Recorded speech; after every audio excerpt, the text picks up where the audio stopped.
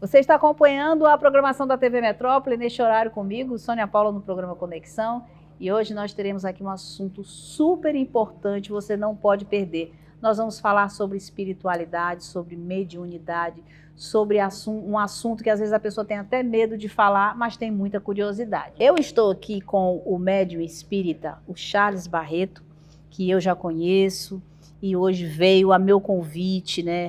Gostaria muito que ele viesse, inclusive para falar sobre o trabalho que eles fazem numa casa super especial que ajuda muitas pessoas. Charles, que prazer estar com você aqui no programa. Seja muito bem-vindo. O prazer é meu estar aqui, ao seu convite, né, ao TV Metrópole, a todos. É muito bom participar e falar um pouco da convivência que eu tenho com o mundo espiritual. É um prazer estar aqui.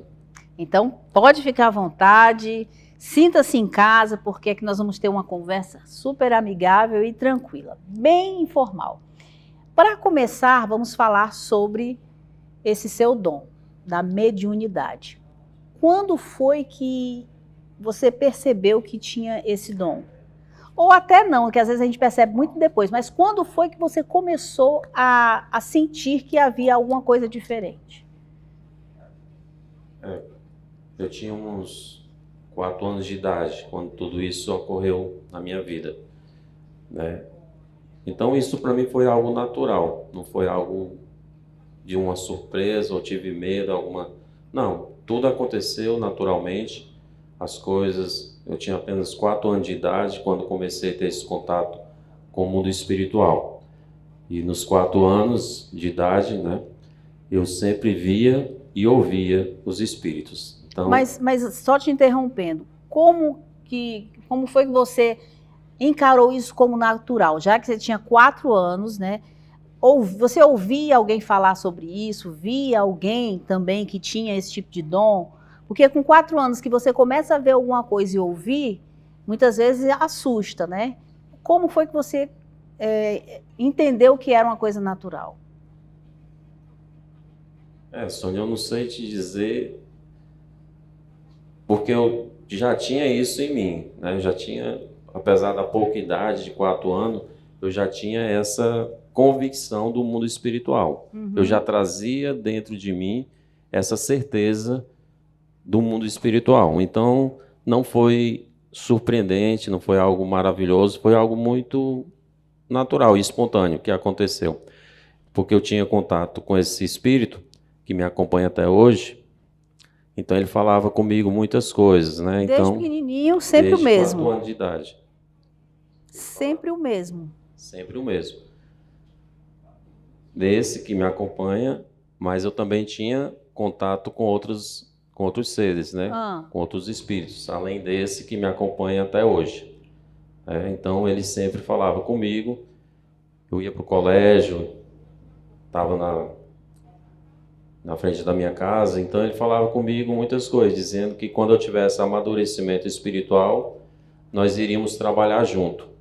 Eu não entendia ao certo o que era esse amadurecimento espiritual, mas eu sabia que algo estava sendo programado para a minha vida. Então eu tinha essa certeza, mesmo criança, eu tinha essa certeza. Então esse contato com o mundo espiritual para mim não foi algo surpreendente. É como se eu trouxesse dentro de mim essa certeza.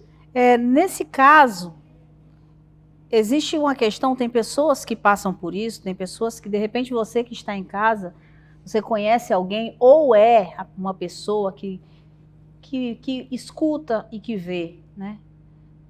Pessoas, escuta vozes, e às vezes você acha que, ou até quem está por perto acha que você está precisando de um tratamento psiquiátrico, um acompanhamento e tal. E pode ser que seja mediunidade. Então, a família, nesse caso, né, é um assunto que é muito importante, porque muitas vezes a família faz com que a pessoa se sinta ainda pior ou melhor. Não é isso?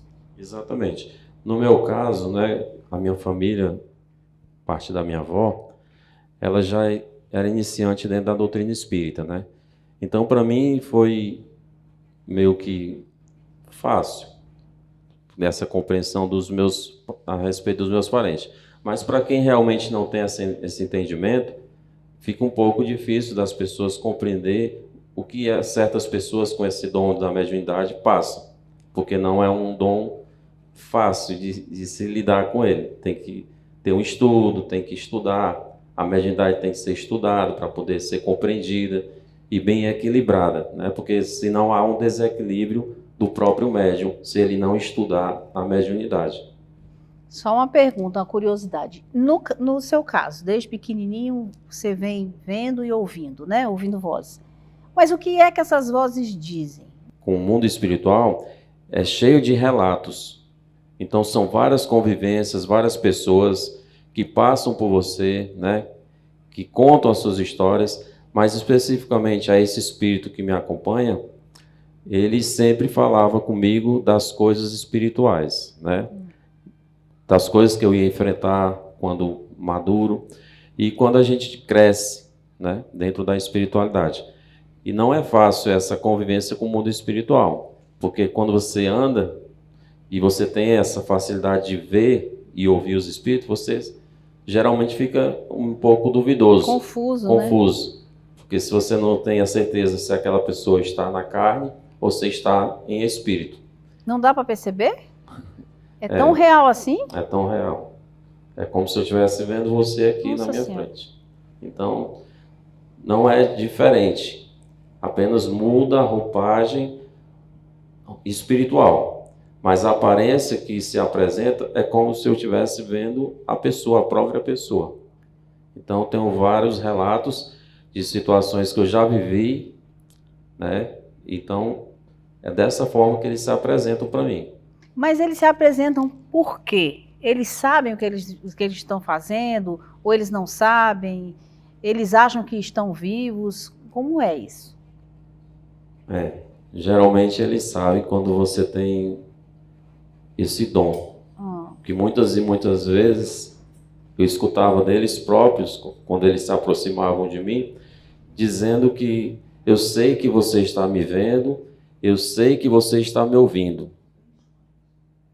Então, eles sabem quando você tem essa facilidade de comunicação com eles. Ele tem essa percepção também. Aí foi passando o tempo, né?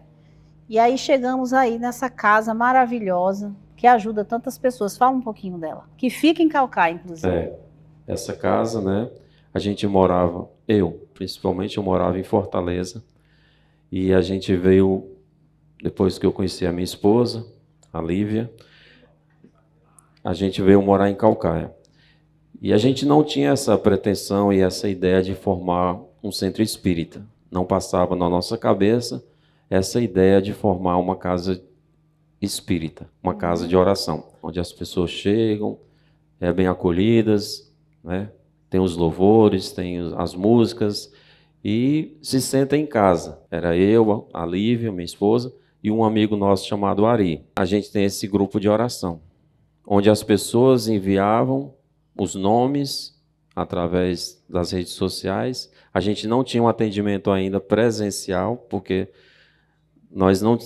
ainda não era uma casa espírita. Então, nós só tínhamos atendimento através das redes sociais.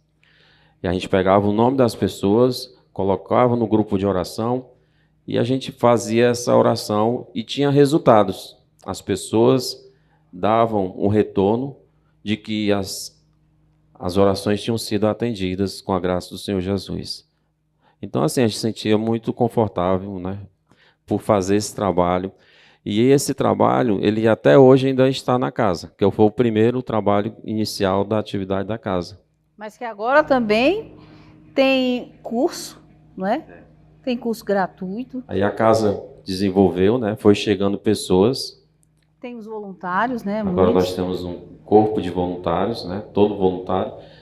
Mas assim, voltando só um pouquinho, que quando a gente começou lá atrás, a casa já está com 8 anos de existência. Chegou uma pessoa batendo na porta da nossa casa, com uma criança no colo. E ela disse assim, bateu, era domingo à tarde, 1h da tarde, ela bateu na porta e chegou dizendo, aqui tem um senhorzinho que reza. Eu nunca tinha falado para ninguém, e nem para os meus vizinhos, que eu fazia esse trabalho. E nem nunca falei para eles que eu era espírita. Então, assim, eu perguntei para ela, quem foi que disse para você? Não, um senhorzinho mandou eu vir aqui.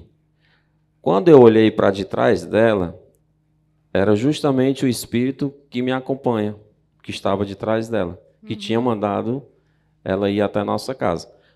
Depois daí, desse atendimento que ele promoveu, que não foi eu, não parou de chegar pessoas na nossa porta. E aí foi aonde eu e a minha esposa e o Ari tivemos uma ideia de colocar um estudo na quinta-feira. E começamos um estudo do Evangelho. E depois desse estudo foi aumentando, as pessoas foram sempre aparecendo. E aí hoje a casa está com 8 anos, tem muitas atividades, tem um acolhimento, tem um estudo do Evangelho segundo o Espiritismo, tem os coordenadores, né, de cada estudo, e nós temos também o Lar Beneficente Cisco de Luz, que é um projeto social dentro da Casa de Bênção, que é a parte, né, uma área social. Através dessa área social, nesse Lar Beneficente, o que acontece? Vocês recebem doações? Como é? Lá no Lar Beneficente, nós temos atividades com os jovens, com as crianças, com os idosos. A gente atende a comunidade. E a gente tem uns trabalhos dos missionários da luz, que ele faz a elaboração dos alimentos para os moradores de rua aqui em torno de Caucaia. Então a gente faz essa alimentação. Numa quinta-feira a gente sai, um grupo de pessoas, para fazer em torno de Caucaia essa distribuição desse alimento. E nas segundas-feiras, quinzenalmente, a gente faz a visita ao Centro Pop, onde fica concentrados os moradores de rua. Certo. Fora que vocês recebem ainda as doações, quem estiver interessado. A nossa casa ela é mantida, né, assim, vamos dizer, pelas doações, né?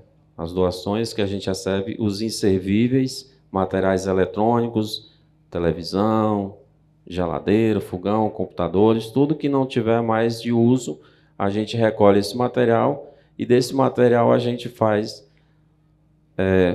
o descarte, né, para que as atividades possam ocorrer, que aí a gente consegue arrecadar algum recurso para poder pagar água, luz e as despesas da casa. Então é dessa forma que vocês se mantêm? Dessa forma que a gente se mantém. A casa não vende nada. Todos os serviços são gratuitos, toda atividade não se paga nada por ela, né? Toda a alimentação que as pessoas quando chegam, tem um café, tem um lanche. Qualquer momento que a pessoa chegar lá, tem um café, tem um lanche para ela poder saborear, né? Então nós não cobramos absolutamente nada. Isso até porque a própria espiritualidade nos pede que a gente faça dessa forma. A gente vê que é Casa de Bênção Chico Xavier, é isso? Casa de Bênção Chico Xavier. Isso. Foi assim que aconteceu. Nós estávamos reunidos numa segunda-feira, fazendo uma oração, e a gente viu que estava criando-se um corpo de um centro espírita, porque as pessoas estavam chegando. E nós estávamos na segunda-feira fazendo essa prece, essa oração, quando chegou esse espírito e perguntou se era a responsabilidade que a gente queria. E logo de imediato a gente, numa voz só, dissemos que sim. Pode dizer o nome dele? O nome dele é Irmão Vernier. Ele é o espírito que me acompanha. Ele foi pastor evangélico na Polinésia Francesa. Até hoje tem um trabalho dele deixado lá, que ele foi professor, além de pastor, ele foi professor, e tem uma escola lá na Polinésia Francesa, deixado por ele, o Irmão Vernier. Então é um vasto trabalho, né? A gente está desenvolvendo o Lar Beneficente em alguns bairros aqui de Caucaia, já temos alguns anexos, né? Está crescendo, o número de voluntários cada vez mais aumenta, e a gente... Quem desejar e quiser participar, não precisa ser espírita, não precisa frequentar a casa espírita, mas se identificar com o projeto, podem chegar até lá na rua Tobias Corrêa, 1404. Daqui a pouquinho a gente vai falar mais um pouco sobre isso. Eu vou fazer um intervalo, gente, não sai daí. No próximo bloco nós teremos um pouco mais sobre isso. Nós falaremos um pouco mais sobre mediunidade. Quem vai estar falando comigo aqui é o Charles, ele que é médium espírita. Nós vamos falar sobre espiritismo, mediunidade e vamos trazer para vocês um pouco mais da verdade sobre tudo isso. Não saiam daí que a gente volta já já.